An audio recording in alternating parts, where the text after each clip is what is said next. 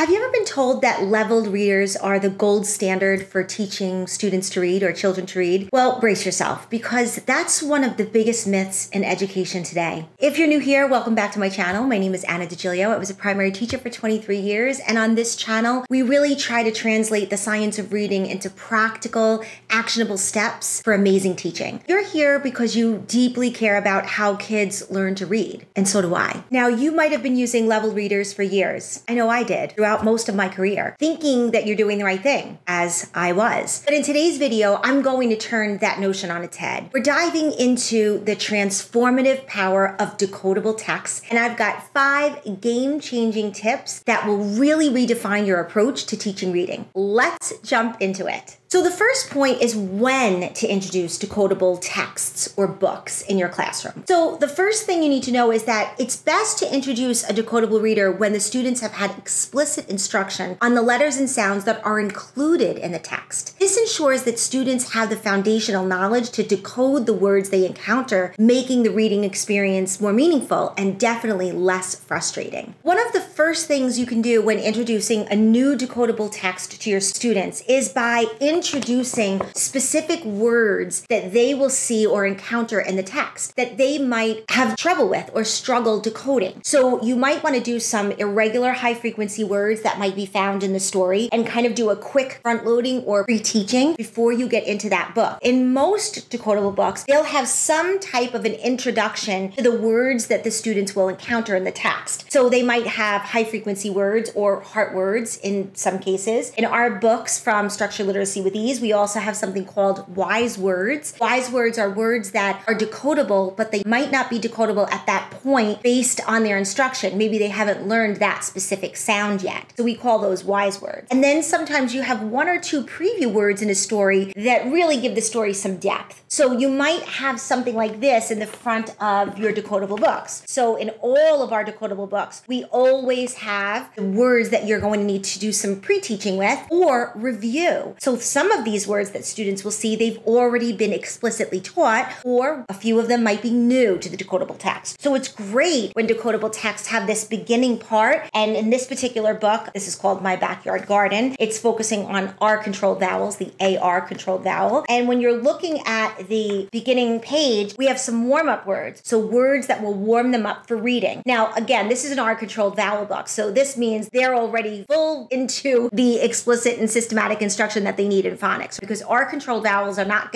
really being brought into play until probably either mid to end first grade, even second grade, depending on the scope and sequence that you're using, because all scope and sequences are different. And then we also have irregular high-frequency words, words that they may already have had experience with, or maybe a few new ones that they're going to experience in the book. So it's always great to do some previewing of words before students jump into a decodable text so they've got some experience with some of the words. Activity number 2, when you're introducing decodable books into your classrooms. The next part is introducing blending. So let's dig a little bit deeper into that. But we're not just stopping at blending. We're going to level up a bit. We're going to do phoneme, grapheme mapping, and word chaining activities. What's phoneme, grapheme mapping, and word chaining? Let's dive deep into both of these. Phoneme, grapheme mapping is a fancy way to say that you're helping your students connect the sounds that they hear, the phonemes, to the letters that represent these sounds, called graphemes. This is a crucial part to helping students learn the alphabetic principle. A great way of doing this is by using a simple grid or chart. So I always like to use my Map-It paddles because they're amazing. And what you'll do is when you're introducing one of your words that you want to introduce to students, let's say the word is cat. You're going to do some phoneme grapheme mapping using the word cat. The first thing you're going to do is you're going to say, friends, repeat this word after me. Cat. They say cat. Now we say, let's think about all of the sounds in the word cat. Let's count them. K, a, t. What did you hear? How many sounds? Let's do it again. K, a, t. 3 sounds. Very good. So we push up 3 counters into our boxes. I have a full-blown video on word chaining on my channel, so definitely check that out. So now that we know that there are 3 sounds in the word cat, those are the phonemes. Now we match the phonemes, the sounds, to the graphemes, the letters. So now we say, okay, what was that first sound in the word cat? K. We're going to move that up. K. And now we say, what letter or grapheme makes the k sound? They'll say C. They may even say K, and we'll get into that a little bit later on or in another video, how to know the difference between when to use C and K. So we have K. What's the next sound or phoneme you hear? Ah. Let's move it up. Ah. What letter or grapheme says ah? A. Very good. And now we're going to think about that last sound. What was the last sound we heard in the word cat? T. So we go T. What letter says or represents the T sound? T. That is phoneme grapheme mapping. It's very simple, it's very quick, but it's very effective in helping students map. There's a process in the brain that happens called orthographic mapping, where the brain maps, kind of like a puzzle, it maps the graphemes to the sounds in the brain and it cements it in there. So when your brain sees that word again and again, it will automatically retrieve it. It's called orthographic mapping, and that's a brain process. Phoneme grapheme mapping is an activity. That's one way. Another way you can do it is through word chaining. Let's just jump into word chaining a little bit and I'll show you how that's done. Word chaining is similar to phoneme grapheme mapping, but what you're doing is you're making multiple words using specific letters and sounds. The way we do that is the teacher will say, friends, let's build the word sat. Let's think about each of the phonemes or sounds in the word sat. S, a, t, sat. So we know it has s, a, t. So we know that that's sat. Now I'm going to say, friends, let's change the word sat to the word mat. So now the students have to say, okay, well, we want to change sat to mat, so I have to change the s to a So we change s to at, mat. Great. And what you want to do is you want to have the students write them down on some type of work mat as you're writing them. So we did sat, and then we did mat, and then of course you could build them right here on the work mat, which is part of our Structural Literacy with Ease program. So let's say we come down here. So now we'll say, boys and girls, let's change the word mat to the word cat. Now you can also do it this way. Change the to a This is asking them to now match the phoneme to the grapheme, the phoneme being the sound. I gave them the sound, to k. So you can do that by giving them the sound. So it's really doing two different things. You're focusing on sounds and graphemes. You're focusing on decoding and you're focusing on spelling as well. So there's a couple of skills going on here. So this is word chaining. So they go sat, mat, cat, and then I could say, okay, boys and girls, let's change the k to a b.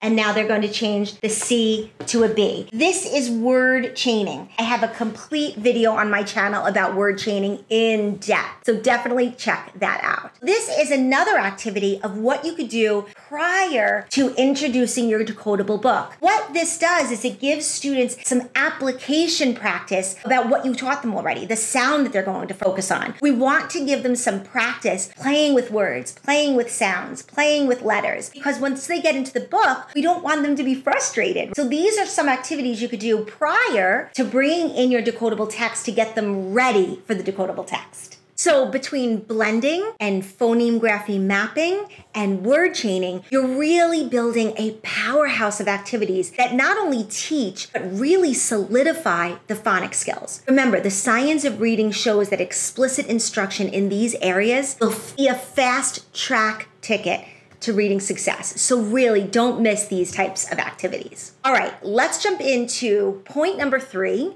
where we are going to align our decodables with our phonics lessons. Something really important is about making sure whatever decodable books that you are using in your classroom, that they are specifically and explicitly aligned to your scope and sequence. I'm in so many different Facebook groups, and I hear teachers all the time, what are the best decodables to use? That's not the question we should be asking.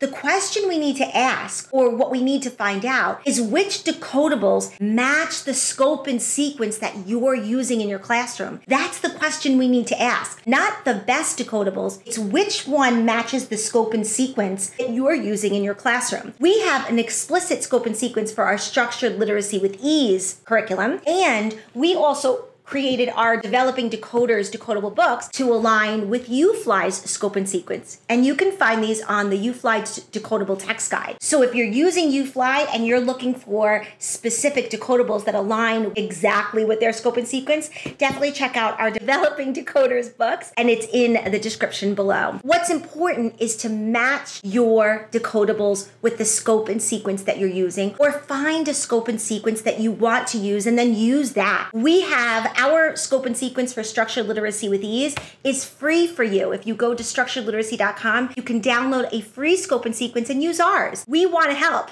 So go use ours if you don't have one. And it's very explicit, very systematic, and it's free. You can go download it for free. So head on over to structuredliteracy.com to get that. The first thing we need to know is that the phonics lesson sets the stage for when the decodable book comes into play. And we have to make sure that we're using those decodable books because it's the application. This is the application. Mastery happens in the application of skill, not just exposure. We don't just want to expose them to the sounds, we want them to master the sounds. And the way that happens is through application. So the application of what I just showed you with word chaining and phoneme grapheme mapping, that's application. Reading the decodable book after you explicitly taught the sound, that's the application. So it's really important that you use the decodable books as application to the explicit skill you've just taught them. Decodable books are most effective when used directly after a phonics lesson. This again gives immediate application to help reinforce that phonics skill that was taught, and it's more likely to stick with the student. Let's take an activity, for example. After teaching a phonics lesson, let's say on the sh sound, the SH, you would transition into a decodable text that features heavily with the SH sound and have students highlight or underline all of the words that they see that have the sh sound in it. Here's one of our decodable books called Shush. And this is, again, from our Developing Decoders series. And again, they are aligned to UFly's scope and sequence. You can see them on UFly's Decodable Text Guide, which I'll put a link for that in the description below. This book heavily relies on the SH sound that you taught them, the SH digraph. So if you taught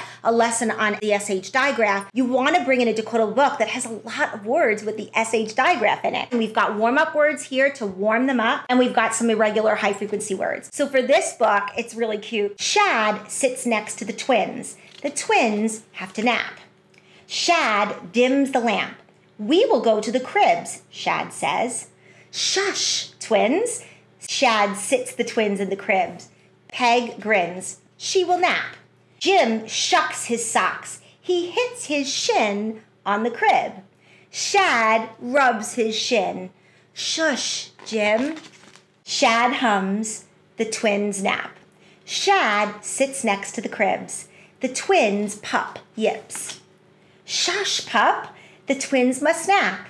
Shad shuts the pup in the shed. The pup naps. Shad is back. He sits next to the twins.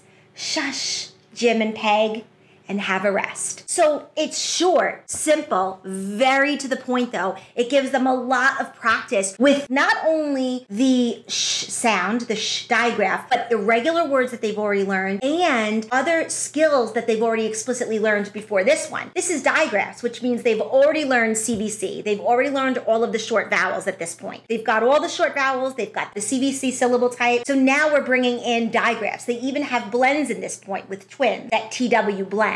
So we're going to continue to add on skills as students progress through an explicit scope and sequence. So bringing in a decodable book that is explicitly aligned to the skill that you just taught is so important. And having that skill multiple times in the book is really important. We don't just want to see it once, we want to see it multiple times in the story. And notice the story had a storyline as well. You can do comprehension questions with this. Why did Shad put the pup in the shed? What was that reason? You could ask really good comprehension questions. You could do a beginning, middle, and end with a story like this. So really, we focused very diligently on our decodables, having a real storyline to bring in comprehension as well, because that is an important part we don't want to miss, especially when you think about Scarborough's rope. Scarborough's reading rope, you've got the word recognition strands and the language comprehension strands. So very, very important. Let's move on to strategy number 4. We don't use decodables just for decoding and blending. Decodables are not just about decoding. We have to think about comprehension and tools for learning and practicing comprehension skills. So think about it. Decoding is just like the first step. We want our students to not only read the words, but understand them in context. So decodable texts offer that golden opportunity. The words may be simpler, but the stories can still be rich and engaging. So let's take, for example, this story, Shush, that I was just talking to you about. You could easily do a beginning, middle, and end writing activity with this book. Very easy. Even though it's a short, simple decodable, there is a beginning, middle, and end in this story. There is a little bit of a problem in this story, right? We have a conflict. The pup keeps barking, right? Well, why? Why is the pup barking? What's the reason? Well, what does Shad do with the pup? Well, why does he do that? So there's lots of questioning you can use with good decodable books that will bring in comprehension practice. Because not only do we want to tap into their visual skills, we also want to tap into their verbal skills as well. And this is a very effective way to check for comprehension. So not only are they practicing decoding with decodable books, but we want them really ensuring that their comprehension is there as well. There were many times in my own classroom where I had students that were amazing decoders. And then when I went to ask them a question, they had absolutely no idea what they read. I'm telling you, amazing decoders, and had no clue what they read. It's interesting because you don't think that will happen, but it happens. So you can definitely ask questions and have them do writing assignments or dictated writing sentences about the story to really aid in comprehension. You could ask, why was Shad with the twins? What was Shad doing with the twins?